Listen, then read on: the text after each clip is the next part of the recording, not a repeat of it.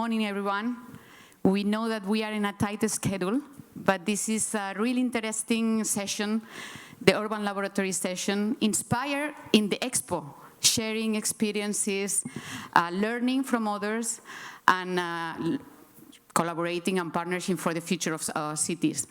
I just want to remark a couple of things before to start that this morning has already been mentioned. First, the role of the cities and urban development in sustainability. It has been mentioned about the Agenda 2030, about the SDGs, but there is a figure that I use to explain. It's the 65% of the SDGs, and it's OCDE figure. 65% of the SDGs will not be achieved without cities and local governments. So I think the relevance of the topic is clear. The second aspect I always like to remark, it's when former United Nations Secretary General Ban Ki-moon in 2010-2012, he said the battle for sustainability will be won or lost in cities. And it's not a sentence from my point of view in a negative way, it's in a positive way. And that's what we are going to hear from our speakers today. It's the positive aspects of innovation, of creativity, of technology, implemented, applied, and in all the approaches that they are in different scales applied in their countries and governments and cities. And in fact, we are going to see, I think, a really interesting line of speakers, starting with the city perspective. We are going to have representatives of a city government, Ciudad Juárez in Mexico. Verónica will explain to us a bit about that. Then we will have national government, Aristide from Gabon.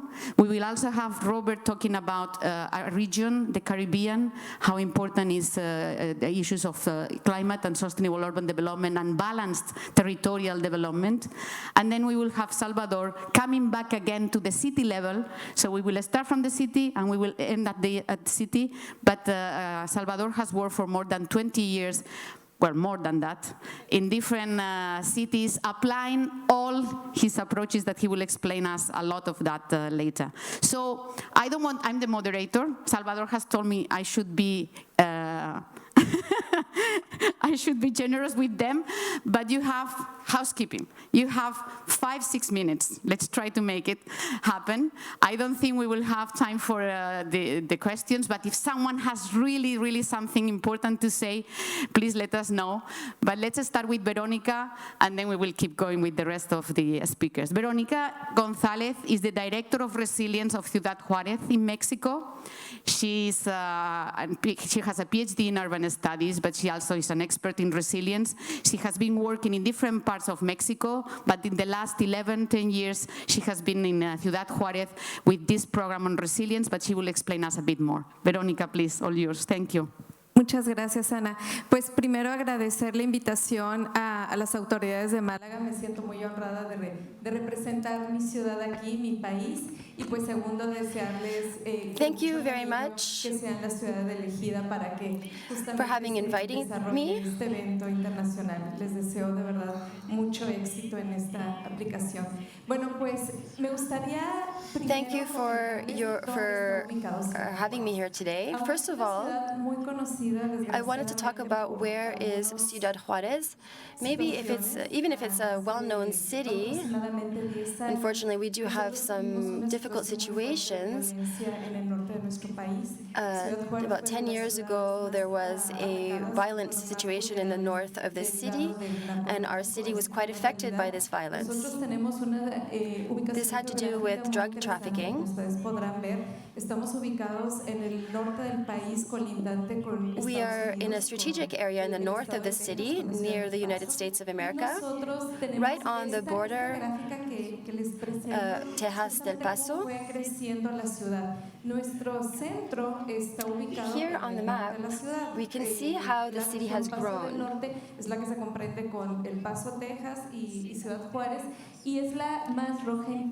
So it's near Texas, El Paso, it's in the red on the map. que se han registrado pues ya en la And última here década. in the Entonces, green han part of the sido map, we can see the different urban Ahorita establishments vivimos aproximadamente 1.5 over the millones last de personas 10 years. en el municipio de Juárez. Es una ciudad no Now there are more than 1.5 million people who live in Juárez. It's not a very dense city. no tenemos casi edificios. No It was a city that runs more east-west. Incremental. Pero tenemos un problema porque And nosotros somos it's not una too ciudad high density city. However, we do have a problem. Tenemos frío extremo. It's a city that is half Se ha registrado más bajas de half 2 grados centígrados. empty. Pero tenemos en promedio en verano 44 grados. There's part of the city that reaches very low temperatures. pasado, por ejemplo, tuvimos una ola de calor de 47 grados centígrados. Entonces, bueno, And last summer, we had a heat wave that went all the way up to 47 degrees. dependemos So we depend a lot on tiene ciertas consideraciones electric energy and on y algo que gas. es importante comentarles. So these are tenemos un área important verde things to de note about our superficies city. verdes de 5.95, There is a green part of the city, entonces también son muy pocas las áreas verdes. but there aren't enough green spaces, or only 5.95 kilometers squared per person. There is not enough green spaces for the inhabitants of the city. Justamente hacer estos planes que So here on the screen, you can see the different Pensamos, como ahorita Ana decía, bueno, estoy figures, and so this is why we created the following project. de resiliencia en nuestro municipio. Since 2016, I've been working on resilience in our city. So now I can use this remote control to go to the next slide. Nosotros comenzamos en el 2016 a So in trabajar con la 2016, Fundación Rockefeller, fuimos elegidos dentro del proyecto We started working with the Rockefeller Resilientes. Foundation. Comenzamos en el We were chosen as one of the 100 resilient cities. Ciudad Juárez. En el In 2015, empezamos a trabajar, tuvimos 2 años apoyo de We esta nominated gran Juárez City. iniciativa. Then we worked for 2 years. En el tema de We had a lot of support to implement this initiative. el tema de la violencia. Después de 3 años donde Why were we hubo chosen? muchos incidentes de manera violenta, ¿cómo se podía reconstruir la ciudad? Mi ciudad parecía Because we were able to bounce back from these violent situations. viviendo ahí. We said that we were told that our city was a ghost city, kind of like these Far West movies. It really was a ghost city. Era muy complicado. There was 3 años a lot of business, and then from one day to the next, there was nothing. salía muchos So there were 3 years that were very difficult. People did not leave their homes. poblada derivado de muchas migraciones que vinieron del sur del país. Entonces toda esa gente regresó. Juárez had people coming in from the south. Entonces, ¿cómo se reconstruyó? However, these people left. So how were we able to rebuild the city? De éxito, porque realmente Well, we were able to rebuild it, and it's a success. It's an example of success because in less than 2 years, we were able to la estrategia de resiliencia se turn around and to grow as a city. So we talked about this in our resiliency strategy. llegar a ser We have 4 pillars. Se denominaron los pilares Juárez inclusiva, Juárez segura, Juárez incluyente y Juárez So, adaptada. inclusive, Con estos temas safe de Juárez, tiene que crecer la economía, a fair, tendría que and one that is enfocarse hacia el adaptable. sector urbano de manera pues, And so we looked at these 4 más things vertical. to see Y how we segundo, could y tercero, cómo pudiera ser también desarrollando create ciertos this urban growth in another area. en la región. Posteriormente, en esta estrategia And also to know how we can develop certain aspects in regards to the environment. So in this resiliency strategy, we wanted to define the strategies and then to create a resiliency office in the center of the city. So in 2018, this office was created, and we were able to create an action plan for the environment.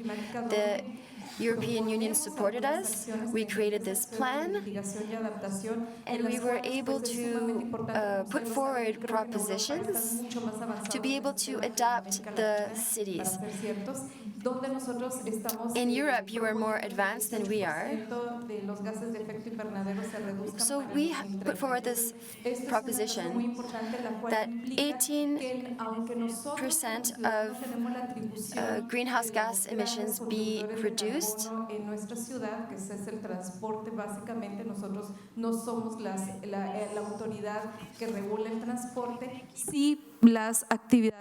So we're an authorized authority in order to regulate the transportation system.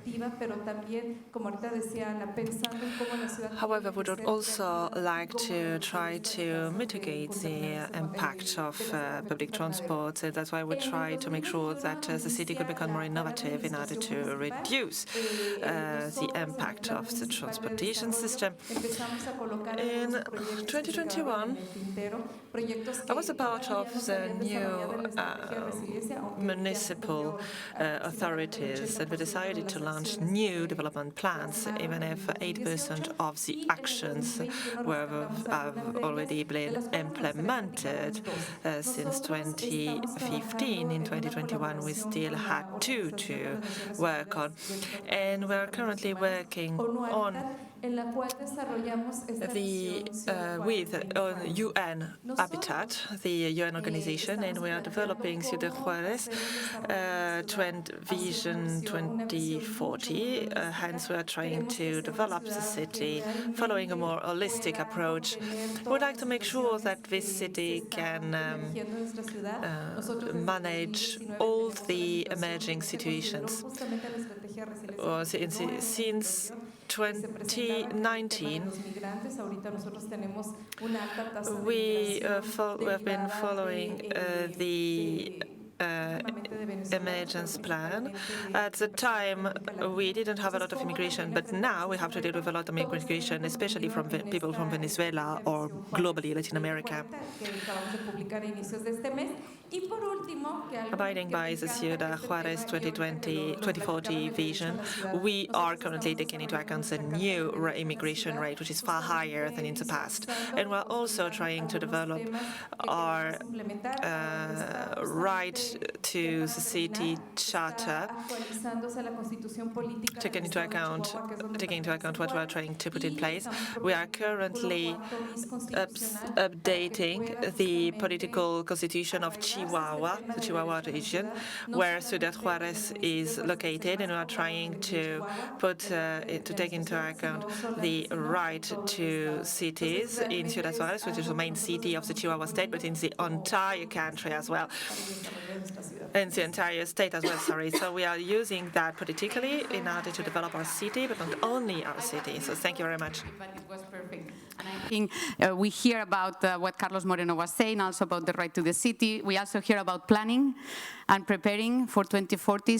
And it's from the city government administration, which is always challenging to get the consensus in the city. So thank you so much. If we have time, we will come back with a couple of questions.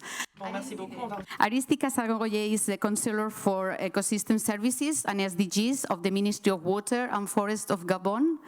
And Aristide is going to present national approach, but also an example of his capital. So we'll have a couple of ideas there of what the Gabon is managing and leading in the urban development. Please, Aristide, all yours. Thank you. Merci. Okay, thank you very much. So I would like to share the Gabon experience. So first of all, I would like to tell you that Gabon is a Central African country. It is a country which is covered by woods and forests at 88%. We are 2.3 million inhabitants currently in Gabon. It means that we are not a really populated country. And 60% of its population is located in urban areas, in the coastal areas, maybe in the main economic centers. This population located in these locations come from rural areas. areas. And they start living in urban areas, but they keep on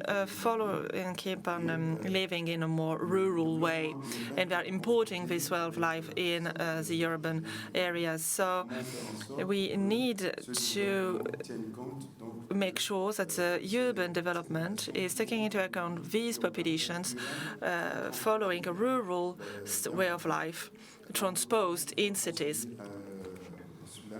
In order to make sure to take into account this situation, Gabon decided to keep on working on sustainable development, and it has been the case for many years now. Gabon is located in the Congo Basin, and the country is fighting against climate change and is trying to follow the sustainable development principles. And that's why we decided to see how we could combine the urban development, the urban development notion with the fact that we need to deal with rural population settling in cities. Gabon is benefiting from a very rich biodiversity, and many different protected areas were created in order to participate in the new fight for sustainable development. So what did Gabon? First of all, we decided to put in place new instruments for sustainable development. We have a forest code managing the forest protection in Gabon. We also have a law for sustainable development. We have a specific law for the protection of the environment. All those different instruments allow Gabon to have a clear vision for its future. In order to reach our goals, we really try to skip this red thread, which is how can we make sure that it remains sustainable. As I said, cities are occupied by, they are just rural inhabitants living in city centers. So that's why Gabon decided to put in place a new project, which is an eco-village. Since we have to deal with rural populations, how can we make sure that these populations coming from rural areas can start thinking about sustainable development? So we made an experiment with the Ministry of Water and Forests, dealing with the forest. As I said, Gabon is covered in forests. It means that we are working a lot with the wood industry there, and we noticed that 60% of the wood produced is used in the factory. So it means that 40% is burned, is destroyed. And we are trying to keep on working with sustainable development. We are not here to encourage the local inhabitants to destroy the resources. So it means that the Ministry of Forests will try to reuse 40% of woods in order to develop the villages. And it will be based on the eco-village model. Thanks to this project put in place by Gabon, we are trying to modernize those villages in order to make sure that the population who are about to go live in city centers start having this urban mindset in a way. They start getting used to living with those urban advantages and way of life. Because you know that those factories working in the wood industry were focusing on using the forest resources, but they were not really developing employment. If we manage to use the 40% of wood, which was considered as waste, we can now develop employment. So that's why we decided to create this pilot, this project. And here, for example, we decided to create 10 houses in a tiny village. It is entirely wooden made, so it means that all the wood throughout by the factories were used, and that's why we decided to create those houses, create the pieces of furniture in wood as well. All the different commodities are available as well. And so it means that we benefit from this urban mindset. So it means from the very beginning. So it means that when they will migrate towards the urban areas, they will still have this urbanized mindset. So since we are covered in forests, why should we keep on building with concrete? We should use our resource. We should use wood. So that's why we decided to create this eco-village in Dock City, which is located 300 kilometers away from Libreville, the capital city. So now we have Libreville, which was called the King's Bay. It is a specific integrated neighborhood I would like to talk to you about today. As I said before, the Gabon population is mostly interested in city centers, that we come from rural areas. So here we are dealing with a specific neighborhood in Libreville, and we were wondering how we could create an integrated neighborhood which is taking into account the sustainable development principles in its building phase and its developing phase. So that's why we are creating currently creating this project, which is clearly locating on the coastline of Libreville. It is an integrated urban planning project. When we are taking into account this users mixity, which means that there will be offices, housing, shops, hotels. And all this mixity of uses will be able to serve populations who are now prepared to the urban mindset. So it is exactly what we are trying to do. It is our current quest that we are trying to put in place in Libreville. Since we are a forest, a country is covered in forests, we are trying to really put trees at the forefront of the entire urban planning project. We are trying to plant trees. We are trying to in order to create green areas, and we are also using our resources, using the woods that we generate in order to build our houses. So, of course, we are a country covered in forests. It would be a little ludicrous to use concrete since we need to use our resources. And since we want to fight against climate change, mitigate climate change, I think that it is time for us to invest in the use of sustainable material such as wood, because concrete is releasing far more greenhouse gases than wood. So that's why we are developing those projects in order to go towards more sustainable cities, and we are trying to extend this project to other countries outside of the country, of this specific city. As I said, we have different cities which are located in the heart of different forests, and we would like to develop this project there as well. We would like to use more sustainable material, not as polluting materials, but contributing to the climate resilience. So it is what I had to say when it comes to the Gabon experience. Okay, thank you very much.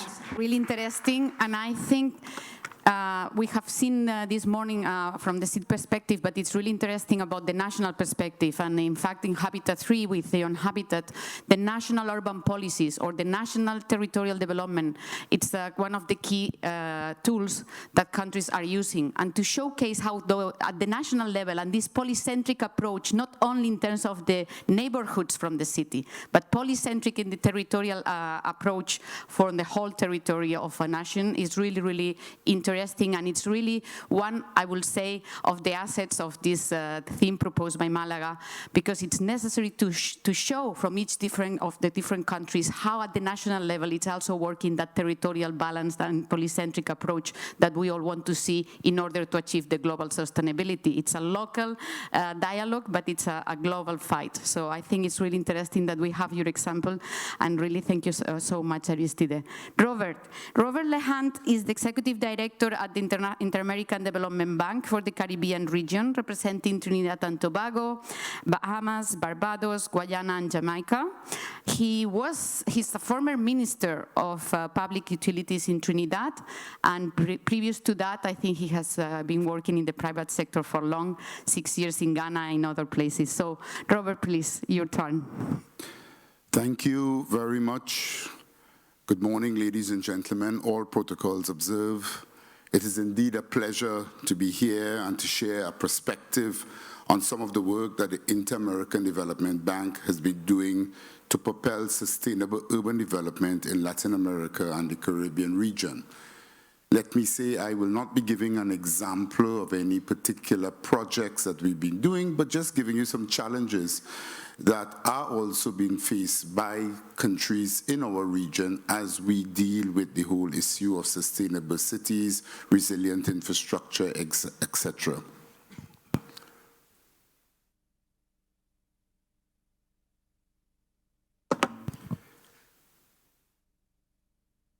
Latin America and the Caribbean region is the second most prone region worldwide to environmental and climate disasters. Between 2000 and 2019, the region suffered 1,205 natural disasters affecting more than 150 people.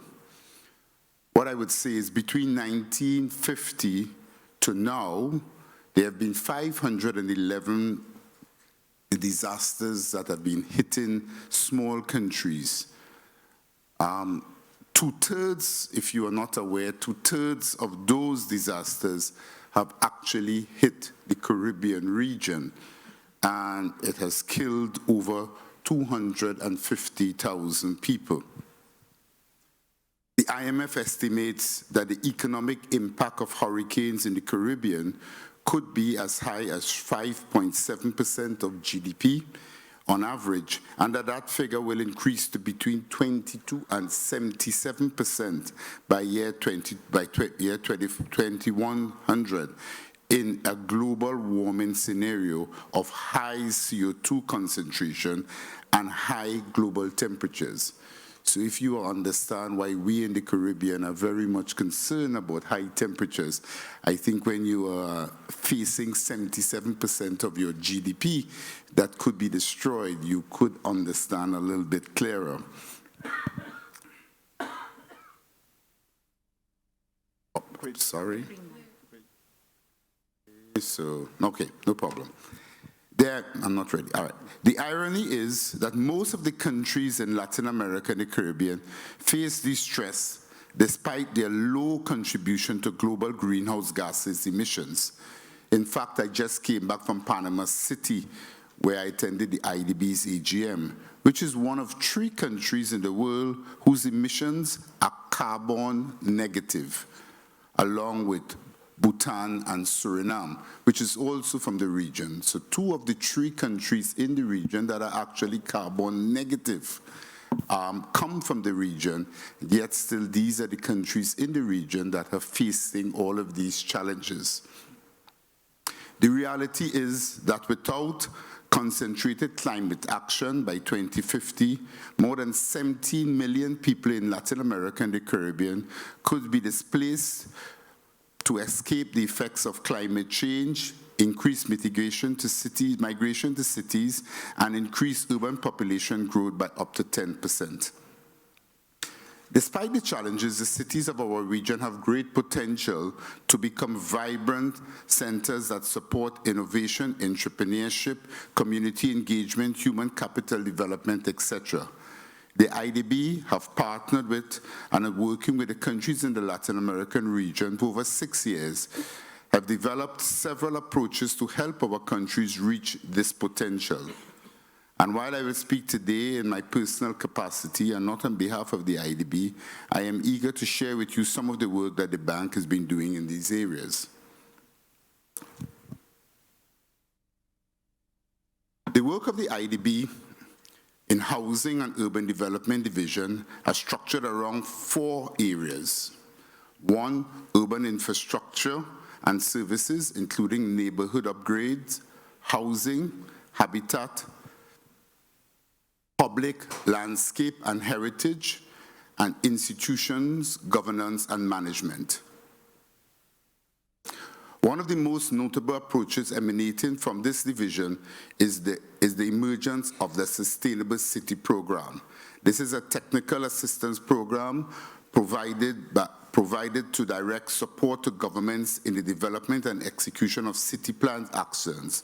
It enjoys a multidisciplinary approach to identify organizations and to prioritize urban interventions, and is based on 3 principles: environmental and climate change, sustainability, urban sustainability, fiscal sustainability, and governance. Action plans have been developed for a number of areas and a number of cities within the region, Port of Spain, Bahamas, etc., to name a few. Where the rubber hit the road, where the rubber hits the road, however, is the transition from stage 1 to stage 2. That is the execution and investment phase. And this is where our major challenges lie in the Caribbean. While these plans have been provided, many of our cities with a solid starting point, financing remains a bottleneck. Globally, an estimated US $93 trillion is needed to finance low-emission resilience infrastructure, with 70% of the value to be invested in urban areas. Bringing this closer to home, the Caribbean Country Department of the IADB estimates that it will cost approximately US $20 billion in investments to achieve the SDG infrastructure goals by year 2030. These are complex and expensive undertakings for countries which are already burdened by limited fiscal space, escalating debt to GDP rates, and rising interest rates. But the impetus for action has never been greater. We need to take the critical and hard decisions to make the right interventions at the right time to avoid our region slipping any further. In closing, we cannot talk about sustainable cities and SDG goals without talking about resilient infrastructure. We cannot talk about resilient infrastructure without talking about climate financing. We cannot talk about climate financing without talking about who should pay and who are the polluters. When I was the Minister of Public Utilities dealing with solid waste management, there is a polluter pay concept that was very common, and that doctrine is well recognizing that field. All of the interventions and all of these issues are interwoven and must be paid, must be talked about, uncomfortably as they might be, if we are to deal with the issues of sustainable cities, and if we have to deal with the issue of bringing us all and sustainability, as was mentioned before, which is really about leaving no one behind. Before leaving, I reiterate my honor it has been to be invited to be part of this forum, as I'm fully supportive and support the coming together of people like this to share experiences and to find innovative solutions to our common challenges. Over my 30 years career in both the private and public sector, I can tell you that the best solutions come from effective collaboration. To this end, I applaud the effort of the organizers of this event and look forward to continued dialogue as we work towards the realization of our 2030 Sustainable Development Goals. On those few words, I thank you. Thank you so much, Robert. And you have said so many things, but one of them I would really like to highlight is the finance approach, and how we are all going to work, hopefully, with the World Bank reform this year and other steps in the next years. We are all going towards a reform that could help us to achieve the Sustainable Development Goals quicker and accelerate what we want to see all together. But that financing part, I think it's key in the conversation about sustainable cities and sustainable territories. The second one is the regional cooperation that we sometimes forget, and we have seen it in the Caribbean. We also have seen it how it's strengthening in ASEAN, in the Southeast Asia. So I think that is another approach that we should consider. And the year of this Expo 2027, I think it's kind of key in the middle of the reform of the multilateral and of the finance, and towards the 2030 goal, plus the reform or the reshaping of that 2030 agenda that probably most we will see national governments and at the multilateral system discussing about it. So I just want to point it out that from your speech, and thank you so much. I think it was really, really important. Salvador, you are the last one. We have done so well with minutes. So Salvador Rueda is the president and director of the Urban and Territorial Ecology Foundation. He's the founder and director of the Barcelona Urban Ecology Agency for 20 years. That's what I remember about the 20 years. He's an urban ecologist, biologist, psychologist, and he is also the creator of the concept of superblock that probably you know associated with Barcelona, but as Salvador will explain, he has been applying his ideas and his approaches in different cities of the world, not only in Barcelona. So Salvador, 6 minutes. Thank you so much. Thank you, Ana. Sure. Gracias. Prefiero estar de pie porque iré. I'd rather stand up because it will be easier for me to say whatever I need to tell you. So today I would like to explain what is a super island, but I would first of all link this concept to the public space.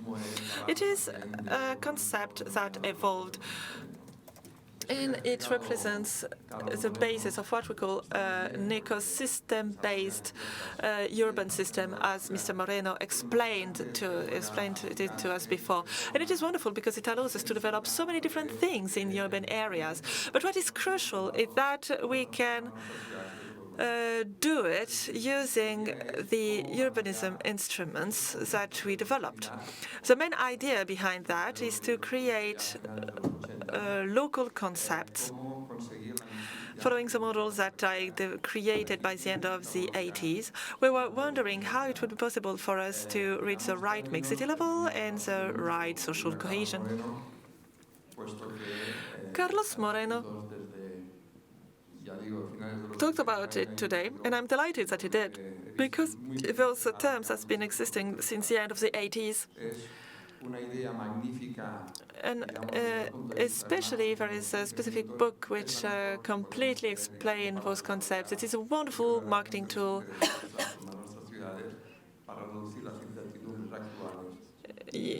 In 15 minutes, you can learn whatever you need to in order to develop the cities in a way that could help you face the uncertain future. So let's talk about the super islands, and let's talk about urban mobility.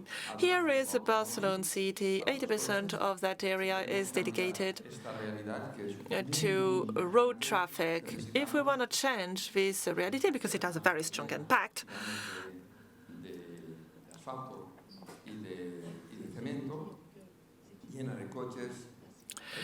it means that it is a city which is full of concrete.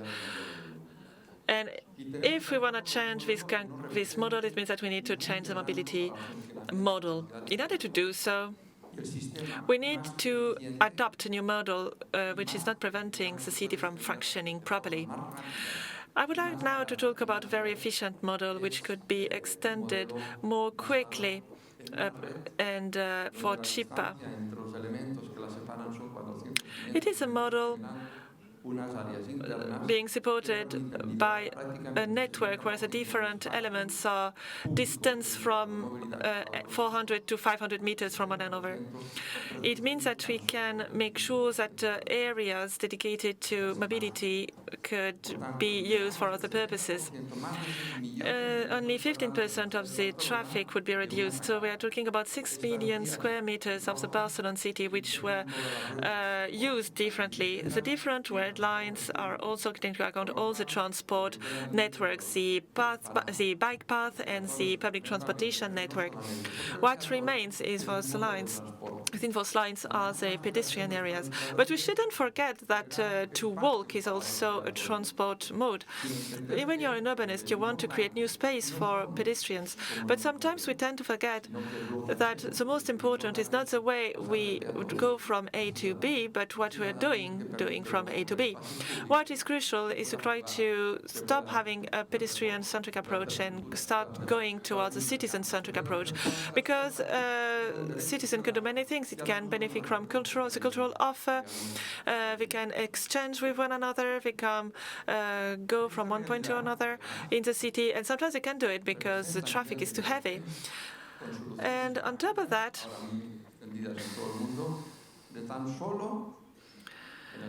thanks to practical solutions, in the case of Barcelona, it only costs 270 million euros. It's basically nothing. It represents 45 euros per square meter. If we plant tree, let's say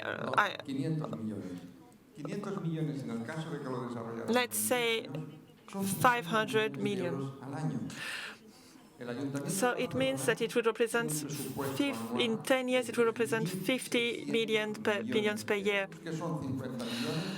And Barcelona has a yearly budget of 3.6 billion euros, so 50 million per year is nothing to them. So it's not only a traffic issue, it's not an economic issue, it is a mindset issue.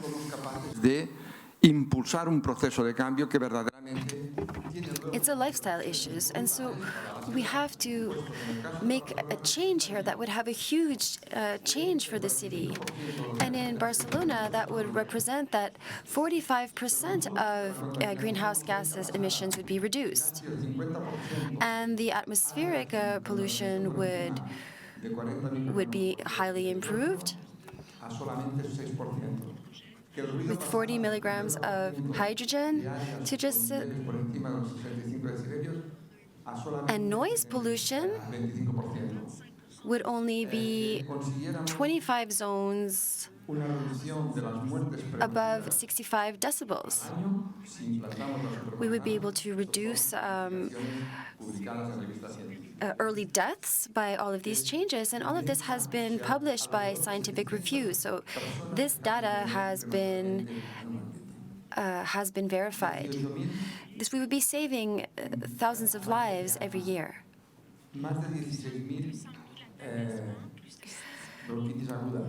216 asthma attacks, more than 600 hospitalizations. So of course, there will be a lot of savings when it comes to healthcare if we were able to create these kinds of super islands.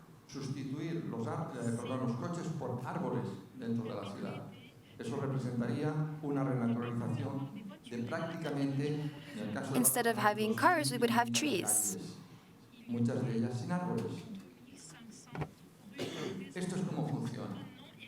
There would be 2,500 streets with trees. For the time being, there are no trees. So this is what we have on the left right now, and this is what we would have in the future on the right. They would have to drive at 10 kilometers an hour at the center of the city. And so we will be able to free up spaces within the cities, and the people, the locals, will be able to use that space. There will be less car accidents. Zero car accidents within the city, and around the city, car accidents would go down by 40%. We did the same project in Madrid and in Coruña, in Corbu, in Buenos Aires, in Bogota. We see it also in Quito, in San Jose, in the Don Bosco neighborhood as well, and Asunción as well, and as well for Malaga.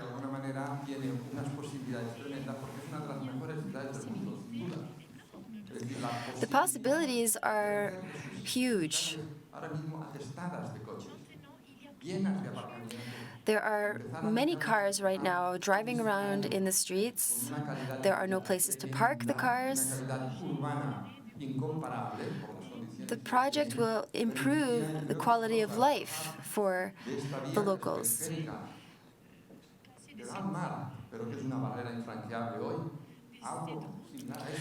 We can go from having these congested roads to having streets with trees. We will have space to walk, have green spaces.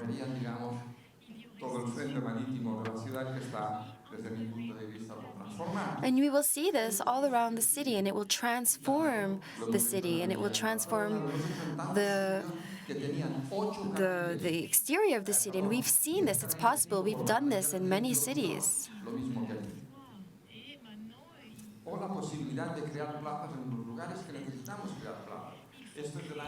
For create parking spaces where we need them. Here, for example, we see parking spaces in front of a school.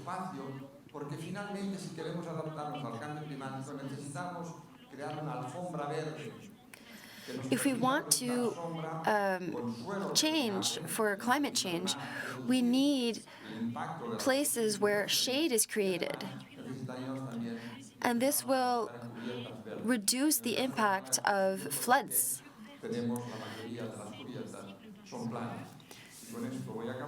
In Malaga, this is possible because a lot of roofs are flat. And so in the super islands, we see that we can put trees, we can plant trees.